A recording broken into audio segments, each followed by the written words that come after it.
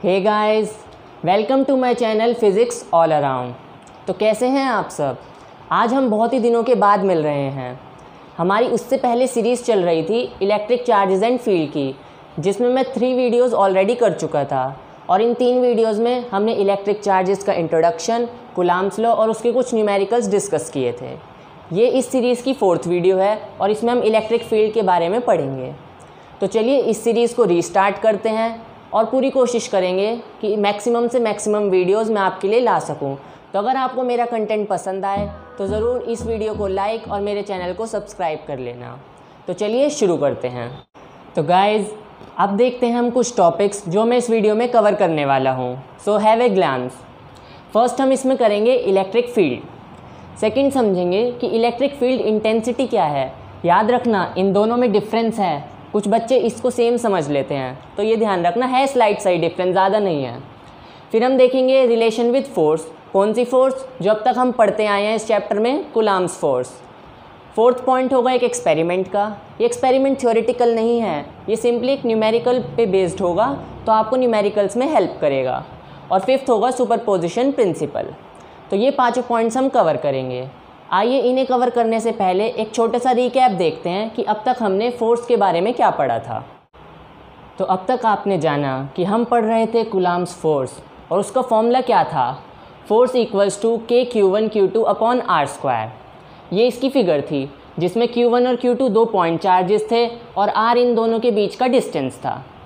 अब हम देखते हैं कि हमने फोर्स का मैग्नीट्यूड डिस्कस किया है, लेकिन क्या एक चार्ज इनफाइनाइट रेंज तक अपनी फ़ोर्स लगा सकता है?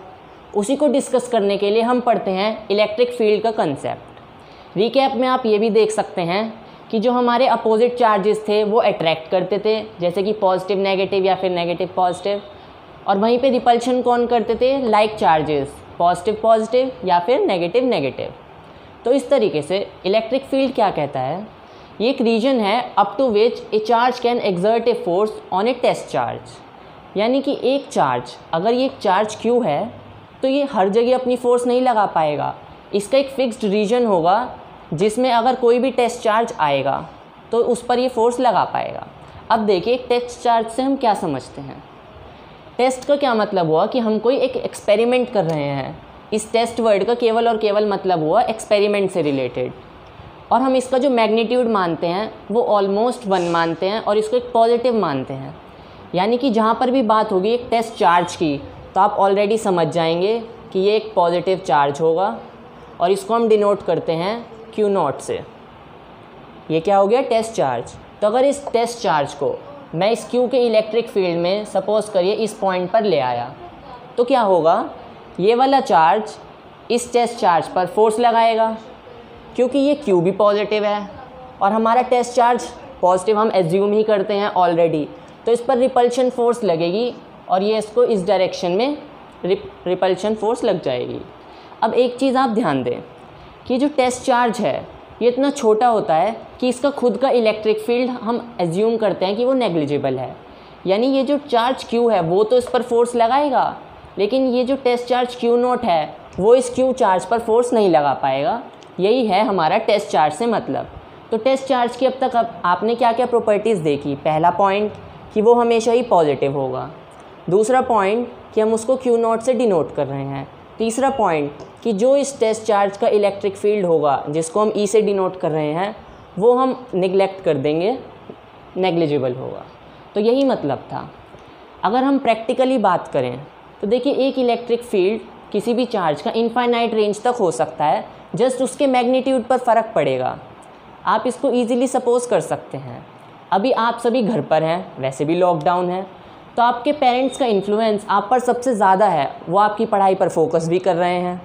वहीं अगर आप 12th के बाद कॉलेज चले जाएंगे तो आप अपने पेरेंट्स से थोड़ी सी दूर चले जाएंगे, तो उनका इन्फ्लुएंस आपके ऊपर थोड़ा सा कम हो जाएगा।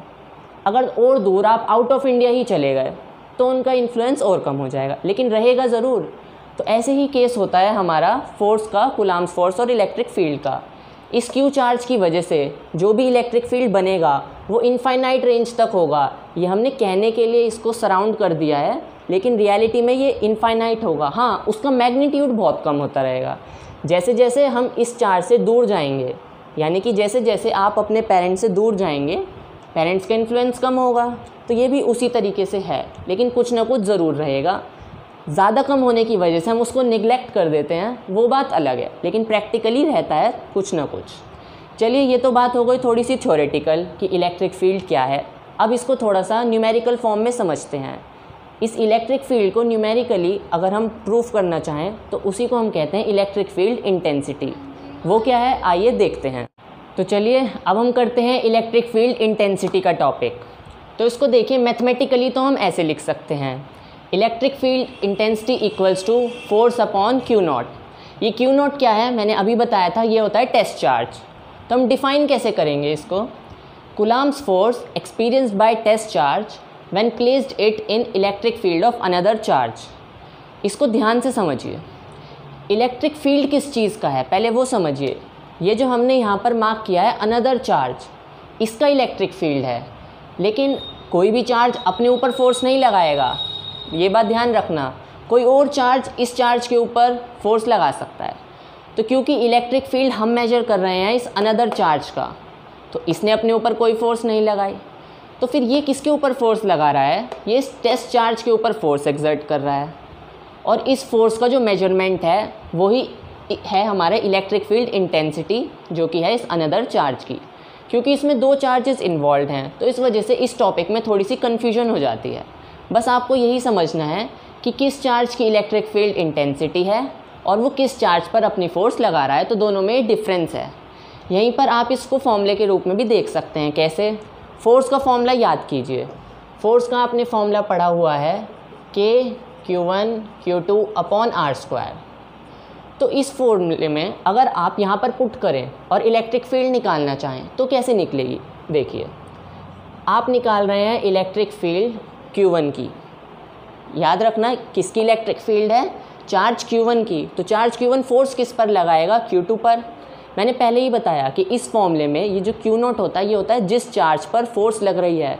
फोर्स हमेशा टेस्ट चार्ज पर लगती है, तो आप इसको ऐसे भी याद रख सकते हैं, ये वो वाला चार्ज होगा on which force is exerted.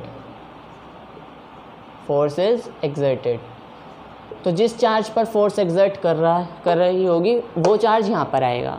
तो सिमिलरली आप क्या लिखेंगे, force upon Q2। Electric field Q1 की है लेकिन फोर्स Q2 पर लग रही है। अब अगर आप इस फोर्स की वैल्यू यहाँ पर पुट कर दें तो आपका क्या रिलेशन आएगा, K/Q1 अपॉन r²। Q2 की टर्म यहाँ से कट गई क्योंकि वही यहाँ पर डिवाइड में है। तो ये किसका फॉर्मूला हो गया, electric field due to charge Q1। ठीक है, और किस डिस्टेंस पर हुआ, r डिस्टेंस पर, क्योंकि Q2 जो चार्ज था वो r डिस्टेंस पर है। तो यही था इलेक्ट्रिक फील्ड इंटेंसिटी का कंसेप्ट। बस आपको इसमें चार्जेस का ध्यान रखना है, और relation between E and F तो ऑलरेडी ये है ही, लेकिन इसका यूज़ कर हमने ये रहा इलेक्ट्रिक फील्ड का जो फॉर्मूला डिराइव किया है। अब हम बात करते हैं डायरेक्शन से रिलेटेड। तो फोर्स की डायरेक्शन तो हमें पता है कि अगर रिपल्शन होना होगा तो वो लाइक चार्जेस होंगे और अट्रैक्शन के लिए अपोजिट चार्जेस होंगे। इलेक्ट्रिक फील्ड की डायरेक्शन का कैसे पता चलेगा वो देखते हैं। तो देखिए, क्योंकि ये इस फॉर्मूले से रिलेटेड है, क्लियर सी बात है। तो जो डायरेक्शन फोर्स की होगी वही डायरेक्शन आपकी इलेक्ट्रिक फील्ड की हो जाएगी। तो सिमिलरली अगर आप इस क्वेश्चन को यहाँ पर देखें, ये चार्ज हमारा Q1 था और ये चार्ज हमारा Q2 था। तो Q1 Q2 पर फोर्स लगा रहा है, किस तरफ, इस डायरेक्शन की तरफ। ये क्या है, फोर्स ड्यू टू 1 की वजह से फोर्स है। ठीक है, तो force on charge 2 due to 1, इसको हम इसी तरीके से लिखते हैं। आप चाहें तो इसको रिप्रेजेंट करने का तरीका मेरी कूलम्ब्स लॉ की वीडियो में जाकर भी देख सकते हैं। जो हम पहला लिखते हैं 2, वो हम लिखते हैं कि किस चार्ज पर फोर्स लग रही है और किसकी वजह से लग रही है, वो ये 1 है। ठीक है, तो इसकी डायरेक्शन यहाँ इस साइड हो गई। तो सिमिलरली इसके इलेक्ट्रिक फील्ड की डायरेक्शन भी इसी साइड होगी। ये क्या है, E1, मैं इसको E1 डिनोट कर रहा हूँ क्योंकि ये चार्ज Q1 की तरफ से है। तो यहाँ से हमें डायरेक्शन के बारे में भी पता चल गया। आप जनरल वे में याद रख सकते हैं कि फ़ोर्स क्या होती है। फ़ोर्स हमेशा ही अट्रैक्टिव होगी नेगेटिव की तरफ, पॉजिटिव से नेगेटिव, यही हमेशा होती है इलेक्ट्रिक फील्ड की डायरेक्शन भी। देख लीजिए आप, अगर आपको कोई भी कन्फ्यूजन लग रही हो तो ये है इलेक्ट्रिक फील्ड की डायरेक्शन, पॉजिटिव और नेगेटिव। आप इसको रिवाइंड करके भी देख सकते हैं। तो चलिए अब हम इस वीडियो को आगे बढ़ाते हैं हमारे नेक्स्ट टॉपिक के साथ, और वो था एक एक्सपेरिमेंट जिस पर से क्वेश्चन ज़रूर आ जाते हैं, तो वो देखते हैं। तो चलिए अब हम डिस्कस करते हैं इस एक्सपेरिमेंट को। आप यहाँ पर फिगर ऑब्ज़र्व करिए। हो क्या रहा है एक्सपेरिमेंट में, हमने 2 चार्ज प्लेट्स लगाई हैं। कौन कौन सी चार्ज प्लेट्स? एक प्लेट पर पॉजिटिव चार्ज है और दूसरी प्लेट पर इक्वली नेगेटिव चार्ज है। अभी जैसा कि मैंने थोड़ी देर पहले बताया कि इलेक्ट्रिक फील्ड की डायरेक्शन हमेशा ही पॉजिटिव चार्ज से नेगेटिव चार्ज की तरफ होती है, और फोर्स किस डायरेक्शन में होगी ये डिपेंड करता है उस चार्ज पार्टिकल पर। देखिए यहाँ पर हमने एक चार्ज पार्टिकल लिया इलेक्ट्रॉन, जिसकी वेलोसिटी हमने ली v। ये जो वेलोसिटी है ये x एक्सिस में है, यानी y में कोई वेलोसिटी नहीं है। उसके बाद क्या होगा, हमने फाइनल केस की फिगर यहाँ पे बनाई है, क्योंकि ये जो इलेक्ट्रॉन है इसके ऊपर फोर्स लगेगी और उस फोर्स की वजह से इसका पाथ डेविएट हो जाएगा। अगर यहाँ पर ये चार्ज पार्टिकल नहीं होता, ये चार्ज प्लेट्स नहीं होती, फिर क्या होता, ये पार्टिकल स्ट्रेट लाइन में सीधा यहाँ पे आ जाता। लेकिन क्योंकि यहाँ पर इस पर बीच में कुछ फोर्स लगेगी, इलेक्ट्रिक फोर्स की वजह से इसमें कुछ डेविएशन होगा, और वर्टिकल में y एक्सिस में वो डेविएशन y है। ठीक है, तो आपके एग्ज़ाम में भी इस टाइप के क्वेश्चंस आते हैं कि आपको ये जो वर्टिकल डिस्प्लेसमेंट y हुआ इसके लिए एक एक्सप्रेशन निकालना होता है, और वो एक्सप्रेशन मैंने यहाँ पर प्रूफ भी किया है। अभी थोड़ी देर में इसको समझेंगे। अभी आप केवल ये देखिए कि आखिर ये डेविएशन हुआ क्यों और इसी डायरेक्शन में क्यों हुआ। तो देखिए, अगर हमारे पास एक नेगेटिव चार्ज होता है तो फोर्स इलेक्ट्रिक फील्ड की अपोजिट डायरेक्शन में लगती है। अब वो ऐसा क्यों हो रहा है आप वो देख सकते हैं कि फोर्स का फॉर्मूला होता है Q/E। तो अगर आप ध्यान दें, हम इसको वेक्टर में भी लिख सकते हैं। F पर भी वेक्टर का साइन लगा दीजिए और इलेक्ट्रिक फील्ड पर भी। ये इसका वेक्टर रिप्रेजेंटेशन हो गया जो हमें डायरेक्शन बताएगा। और Q ये कौन सा चार्ज है जिस पर फोर्स लग रही है, तो यहाँ पर इस इलेक्ट्रॉन पर फोर्स लगेगी। ठीक है, और किसकी वजह से फोर्स लगेगी, वो इन जो प्लेट्स का चार्ज है उसकी वजह से। ठीक है, अभी हमारा मेन मोटिव ये है कि इस इलेक्ट्रॉन पर इन प्लेट्स की वजह से फोर्स लग रही है। तो यहाँ पर ये जो चार्ज है ये इलेक्ट्रॉन है, क्योंकि फोर्स इस इलेक्ट्रॉन पर लगेगी। तो आप इस फॉर्मूले में इजीली सब्स्टिट्यूट कर सकते हैं, force equals two electron electric field. क्योंकि इलेक्ट्रॉन का चार्ज नेगेटिव होता है तो इसलिए यहाँ पर आपको वेक्टर के हिसाब से माइनस पुट करना पड़ेगा। अब आप यहाँ से डायरेक्शन को ईजिली ऑब्जर्व कर सकते हैं। इलेक्ट्रिक फील्ड के साथ अगर हमने नेगेटिव साइन लगा दिया तो इसका सीधा सा मतलब हुआ कि उसकी अपोजिट डायरेक्शन। तो इलेक्ट्रिक फील्ड की डायरेक्शन पॉजिटिव से नेगेटिव थी, तो इलेक्ट्रॉन के लिए फोर्स लगी अपोजिट में, यानी नेगेटिव से पॉजिटिव। तो देखिए, ये जो इलेक्ट्रॉन था ये ऑलरेडी इस डायरेक्शन में मोशन कर रहा था और इसके ऊपर एक फ़ोर्स लगनी शुरू हो गई, अपवर्ड फोर्स अभी हमने देखा। तो इसका मोशन धीरे धीरे टर्न हो जाता है। देखिए, ये फोर्स पहले से और एक अपवर्ड फोर्स, तो क्या नेट फोर्स इस डायरेक्शन में नहीं हो जाएगी। तो इसी तरीके से यहाँ तक तो इसमें फ़ोर्स इस डायरेक्शन में है, बाद में नेट फोर्स इसके टेंजेंशियली लगने लगी और उस टेंजेंशियली की वजह से ये कर्व के रूप में इस प्लेट से बाहर निकल गया। तो यही था हमारा इस एक्सपेरिमेंट को समझने का तरीका। अब हम इसको न्यूमेरिकली समझने की कोशिश करते हैं। तो देखिए, हम इसको 2 पार्ट में समझेंगे, पहला एक्स एक्सिस और दूसरा वाई एक्सिस। एक्स एक्सिस में अगर आप ध्यान दें तो हमने उसको इनिशियल वेलोसिटी खुद दी है जो कि थी v।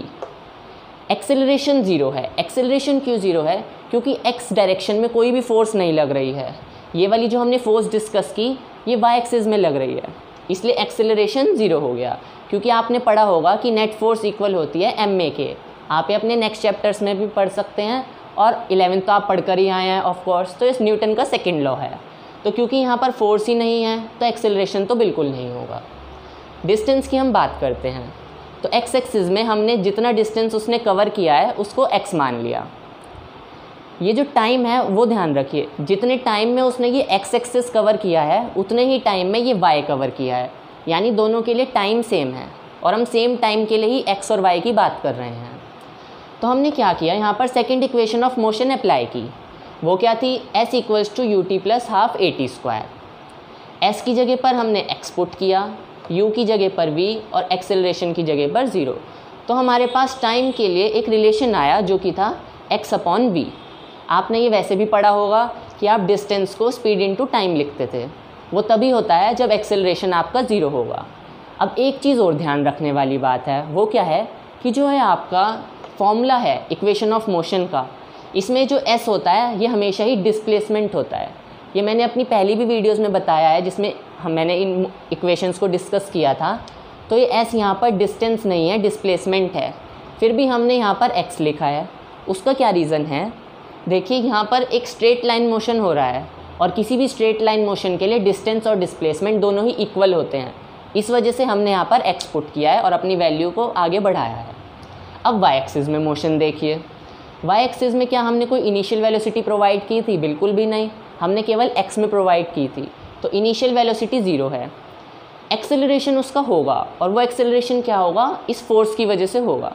तो आइए इसके लिए हम प्रूफ करते हैं कि इस एक्सेलरेशन की क्या वैल्यू होगी। तो देखिए ये मैं यहाँ ऊपर कर रहा हूँ।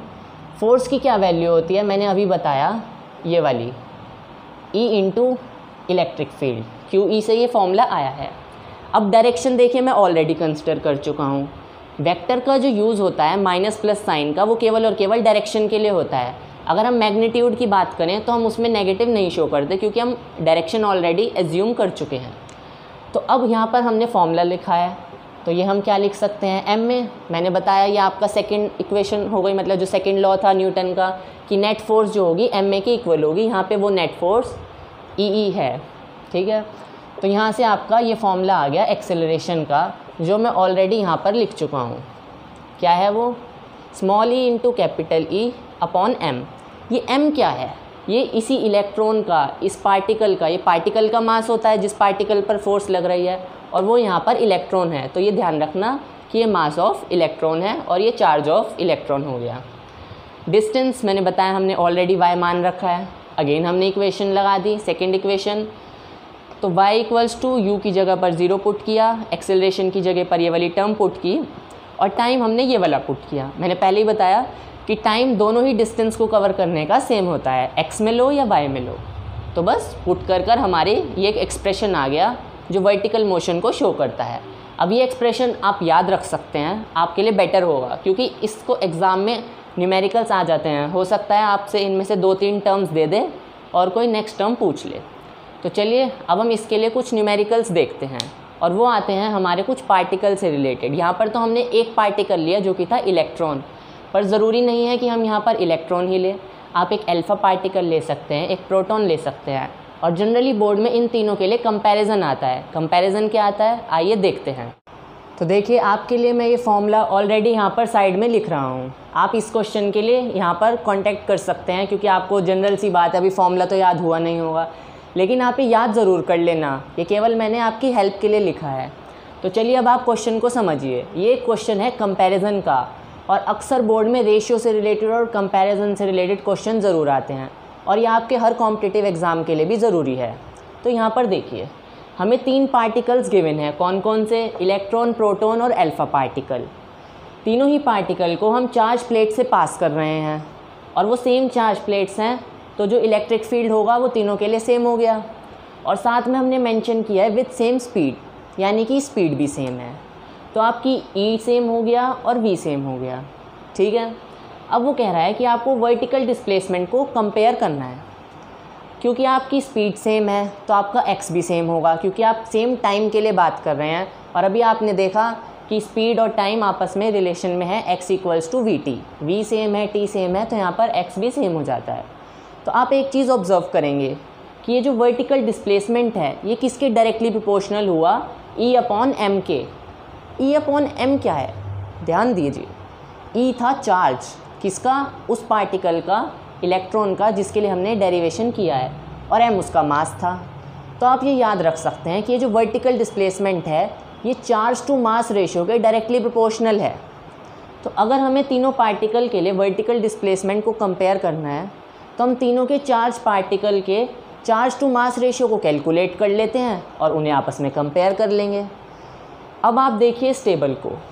ये टेबल इम्पॉर्टेंट है क्योंकि हमेशा आप अभी नेक्स्ट चैप्टर्स में मैग्नेटिक फील्ड वगैरह डिस्कस करेंगे तो वहाँ पर भी इन्हीं तीनों पार्टिकल्स का यूज़ होता है और उसके चार्ज और मास की ज़रूरत पड़ती है। तो अगर हम इलेक्ट्रॉन की बात करें तो उसके चार्ज को हम -e लिखते हैं। हम e लिख रहे हैं, लिखने को तो आपको e की वैल्यू पता होगी कि 1.6 इंटू 10 की पावर -19 कूलाम्ब है, पर कंपैरिजन के लिए न्यूमेरिकल वैल्यू की ज़रूरत नहीं पड़ेगी। ऐसे ही मास ऑफ इलेक्ट्रॉन हमने me मान लिया। यहाँ पर भी आपको याद भी होगा, लेकिन हमें कैलकुलेशन की ज़रूरत नहीं पड़ेगी। अब हम बात करते हैं प्रोटॉन की।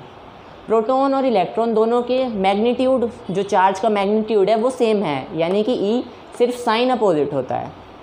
मास की अगर बात करें तो प्रोटॉन का मास और इलेक्ट्रॉन का मास अलग होता है, तो प्रोटॉन के मास को हमने mp से डिनोट कर दिया। अब बात करते हैं अल्फ़ा पार्टिकल की। तो आप सब ने सुना होगा कि अल्फ़ा पार्टिकल क्या है, सिंपली एक हीलियम का पार्टिकल है जिसको हम 2He4 से डिनोट करते हैं। 2 यहाँ पर एटॉमिक नंबर होता है और 4 एटॉमिक मास। तो अगर हम चार्ज की बात करें तो ये इसका चार्ज 2e होता है। आप ये कह सकते हैं कि ट्वाइस है प्रोटॉन से। क्यों? क्योंकि अगर आप देखें तो प्रोटॉन को हम क्या लिखते थे, 1H1। तो यहाँ पर इसका क्या है, 1, यानी इसके पास एक प्रोटॉन है, तो उसके लिए हमने E लिखा है। और हीलियम के लिए एटॉमिक नंबर है 2।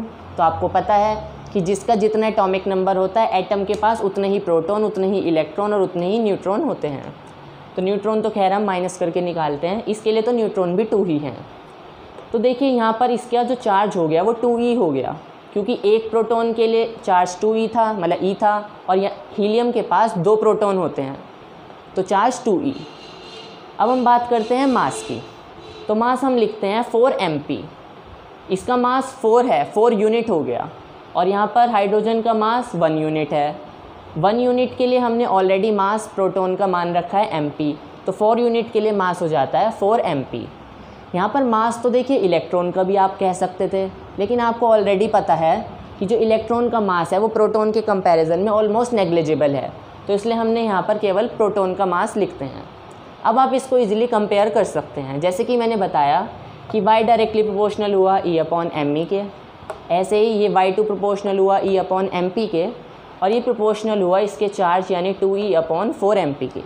इसको आपने थोड़ा सा सॉल्व कर लिया। अब पहले आप इन दोनों को कंपेयर कीजिए। क्या है, y के लिए डेनोमिनेटर बड़ा है, तो जिसका डेनोमिनेटर बड़ा वो पूरी टर्म छोटी हो गई, तो इसलिए यहाँ पर y2 बड़ा हो गया y3 से। अब आप कंपेयर कीजिए 1 और 2 में, तो आपको पता है कि प्रोटॉन का मास बहुत ज़्यादा है इलेक्ट्रॉन से, यानी अगेन डेनोमिनेटर ज़्यादा, तो हमारी जो वैल्यू हो गई y2 की वो कम हो गई। तो आप इस क्वेश्चन को सिंपली सॉल्व कर लिया आपने। आप लिखेंगे y1 ग्रेटर हुआ y2 से और y2 ग्रेटर हुआ y3 से। तो ये आपका सिंपली यहाँ पर एक्सप्रेशन बन गया। तो चलिए अब हम आ गए हैं इस वीडियो के लास्ट पार्ट पर, और वो लास्ट पार्ट क्या था, सुपरपोजिशन प्रिंसिपल। तो आइए उसको भी कवर करते हैं। तो चलिए अब समझते हैं सुपरपोजिशन प्रिंसिपल को। ये प्रिंसिपल जो है, इसकी जो भी डेफिनेशन है वो इम्पॉर्टेंट बिल्कुल नहीं है एग्ज़ाम पॉइंट से, केवल इसका मतलब समझ आना चाहिए आपको, ताकि आप इसको न्यूमेरिकल में अप्लाई कर सकें। तो क्या है ये principle, a third charge does not affect the force between other 2 charges. ये इस प्रिंसिपल की बहुत ही सिंपल सी लैंग्वेज है। आप यहाँ पर एक फिगर कंसिडर कर सकते हैं। यहाँ पर एक स्क्वायर है और स्क्वायर के हर वर्टिसेस पर यानी हर कॉर्नर पर एक चार्ज है Q। तो अब अगर हम बात करें इस A पॉइंट पर, तो इस A पॉइंट पर इस चार्ज की वजह से भी कुछ इलेक्ट्रिक फील्ड होगा, इस वाले की वजह से भी और इस वाले की भी वजह से भी। तो प्रिंसिपल क्या कहता है ये सुपरपोजिशन का, कि जो भी इलेक्ट्रिक फील्ड इस चार्ज की वजह से होगा वो इसको अफेक्ट नहीं करेगा। यानी कहने का क्या मतलब है कि अगर मैं मानूँ कि ये हमारा चार्ज 1 है और ये वाला चार्ज हमारा 2 है, ठीक है, तो अगर हम A पॉइंट की बात कर रहे हैं एट A, तो A पॉइंट पर जो इलेक्ट्रिक फील्ड 1 की वजह से होगा और जो इलेक्ट्रिक फील्ड 2 की वजह से होगा, ये आपस में इंडिपेंडेंट होंगे, यानी कि एक दूसरे पर बिल्कुल भी डिपेंड नहीं करेंगे। तो जस्ट आपको एक सिंपल सी बात समझनी है। चलो ये तो पता चल गया कि इंडिपेंडेंट है, लेकिन हम इसको सॉल्व कैसे करेंगे। अगर हमें A पॉइंट पर इलेक्ट्रिक फील्ड निकालने के लिए कह दिया जाए तो हम 1 की वजह से निकालें, 2 की वजह से निकालें या 3 की वजह से, हम तीनों की वजह से निकालते हैं। क्योंकि ये प्रिंसिपल क्या कहता है कि अगर हमें नेट फोर्स या इलेक्ट्रिक फील्ड निकालनी है किसी भी पॉइंट पर, तो हम उनको ऐड करते हैं as per vector rule of addition. यानी आपको इन्हें वेक्टर्स की तरह ट्रीट करना है, और जैसे आप वेक्टर्स में एडिशन के लिए पैरेललोग्राम लॉ या फिर ट्रायंगल लॉ लगाते थे, वही हमें इस क्वेश्चन में लगाना है। तो चलिए अब हम इस क्वेश्चन को सॉल्व करते हैं। A पॉइंट पर हमें नेट इलेक्ट्रिक फील्ड निकालना है, तो 1 2 3 3 चार्जेस हैं, हम तीनों की वजह से निकालेंगे। अच्छा, फोर्थ चार्ज जो कि पहले से A पर है, वो इस ए पॉइंट पर इलेक्ट्रिक फील्ड नहीं लगा पाएगा, क्योंकि जो इलेक्ट्रिक फील्ड है वो डिस्टेंस पर डिपेंड करता है और यहाँ पर कुछ डिस्टेंस ही नहीं है। तो इस ए पॉइंट पर इन 3 चार्जेस की वजह से इलेक्ट्रिक फील्ड डेवलप होगा। तो अभी जैसे कि मैंने आपको ऑलरेडी बताया कि इलेक्ट्रिक फील्ड का हमने फॉर्मूला पढ़ा था KQ/r²। Q यहाँ पर था जिसकी वजह से इलेक्ट्रिक फील्ड है, और जिस पर था वो तो खैर मैंने बताया था वो तो कैंसिल ही हो जाता था क्योंकि हम उसको टेस्ट चार्ज मानते थे। तो यहाँ पर अगर हम E1 कैलकुलेट कर रहे हैं तो यहाँ पर चार्ज होगा इसी का 1 का। हालांकि यहाँ पर चार्ज तीनों सेम है तो आपको प्रॉब्लम नहीं होगी, लेकिन रियलिटी में यहाँ पर भी 1 होता है। तो ऐसे ही आपने तीनों के लिए कैलकुलेट किया। तो अब हम बात करते हैं डायरेक्शन की, क्योंकि वेक्टर्स में डायरेक्शन तो बनती है बिल्कुल लेनी, वरना आपका क्वेश्चन गलत हो जाएगा। तो क्योंकि ये एक पॉजिटिव चार्ज है, ना भी होता तो हम यहाँ पर टेस्ट चार्ज मान लेते हैं, जो कि पॉजिटिव हम एज्यूम करते हैं। तो इसकी वजह से इलेक्ट्रिक फील्ड रिपल्शन की तरफ होगा, यानी डाउनवर्ड। इसकी वजह से इस 2 की वजह से किस डायरेक्शन में होगा, देखिए मैंने कुलाम्स लॉ की वीडियो में बताया था कि ये जो फोर्स एक्ट करती है 2 पॉइंट्स के बीच में वो सेंट्रल फोर्सेस होती हैं और अलोंग द सेंट्रल लाइन ही वो फोर्स लगती है। तो ऐसे ही इलेक्ट्रिक फील्ड का भी है। तो इन दोनों चार्जेस को आपने ज्वाइन किया और इस लाइन के अलोंग आपकी एक रिपल्सिव फोर्स लगी इस डायरेक्शन में। देखिए रिपल्सिव लगेगी क्योंकि ये भी पॉजिटिव चार्ज है। सिमिलरली अगर आप इस चार्ज की बात करें तो इन दोनों को लाइन ज्वाइन ये वाली लाइन कर रही है, तो इस डायरेक्शन में ये फोर्स लग गई। तो देखिए ये फोर्स थी E1 की, ये फोर्स थी E2 की और ये थी E3 की, मतलब ये इलेक्ट्रिक फील्ड्स हो गए। तो आप अब इसको आराम से सॉल्व कर सकते हैं। तो आइए थोड़ा सा क्लीन करते हैं और इसको सॉल्व करते हैं।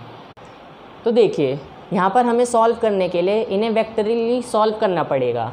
तो आप कैलकुलेट कर लीजिए पहले E1 की वैल्यू, ये हमने कैलकुलेट की हुई है KQ/r²। दोनों की के लिए हमारा जो डिस्टेंस बिटवीन 2 चार्जेस है आप वो देखिए, इसके लिए r है और इसके लिए r है, लेकिन इस वाले चार्ज के लिए r नहीं है।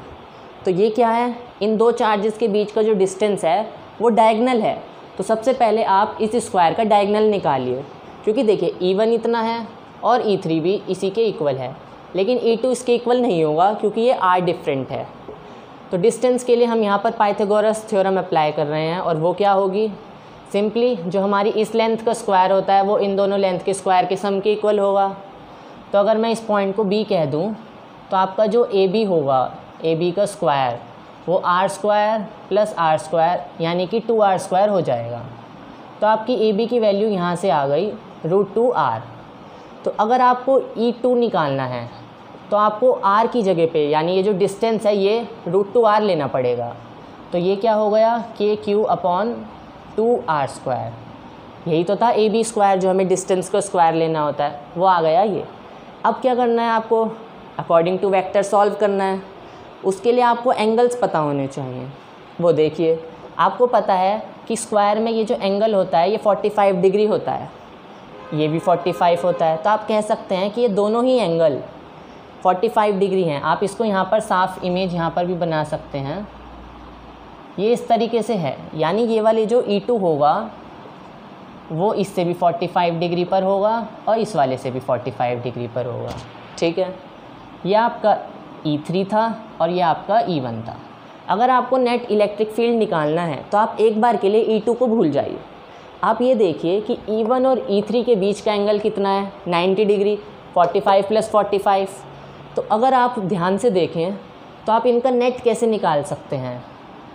ये जो आप नेट इलेक्ट्रिक फील्ड निकाल रहे हैं, अभी मैं पहले ही बता दूं, ये हम निकाल रहे हैं E1 एंड E3 की वजह से, और ये इक्वल होगा E1 का स्क्वायर प्लस E3 का स्क्वायर के अंडर रूट के। ये कहाँ से आया, अब देखिए सिंपली से मैं आपको एक रिजल्टेंट का फॉर्मूला बता देता हूँ। अगर आपको एक रिजल्टेंट निकालना है R और उन दोनों के बीच में जो मतलब जो वेक्टर है वो A और B है, तो आपने फॉर्मूला पढ़ा होगा A² + B² + 2AB cos θ। ये आपका फॉर्मूला होता है, आपको ये याद होना चाहिए। मैंने अपनी पहली वीडियोस में भी इस फॉर्मूले के बारे में डिस्कस किया हुआ है ऑलरेडी। इसमें जो थीटा होता है ये A और B के बीच का एंगल होता है। वो एंगल यहाँ पर 90 डिग्री है, तो cos 90 की वैल्यू आप सभी को पता है कि 0 होती है। तो यहाँ से हमारा ये फॉर्मूला आता है, इसमें क्या है, यहाँ पर आर स्क्वायर होता है। वही मैंने यहाँ पर लिखा कि नेट इलेक्ट्रिक फील्ड अगर आपको निकालना है, जिसमें ए और बी जो वेक्टर्स के बीच का था ये, और यहाँ पर E1 और E3 के बीच का है, तो आपके पास ये फॉर्मूला आ गया। तो आप पहले अगर इसको कैलकुलेट करेंगे तो देखिए क्या आंसर आएगा। या आप नेट इलेक्ट्रिक फील्ड कैलकुलेट कर रहे हैं, इसको मैं यहाँ लिख देता हूँ। तो E1 और E3 आप यहाँ से पुट कर लीजिए, दोनों ही इक्वल हैं। तो देख लीजिए मैंने दोनों को E लिख लिया, इसको मैं EN लिख रहा हूँ नेट फोर्स के लिए। और अगर आप इसका अंडर रूट करेंगे तो ये अंडर रूट 2E बाहर आएगा, यानी कि अब आप इसमें पुट कर सकते हैं और वो वैल्यू क्या होगी, √2KQ/r²।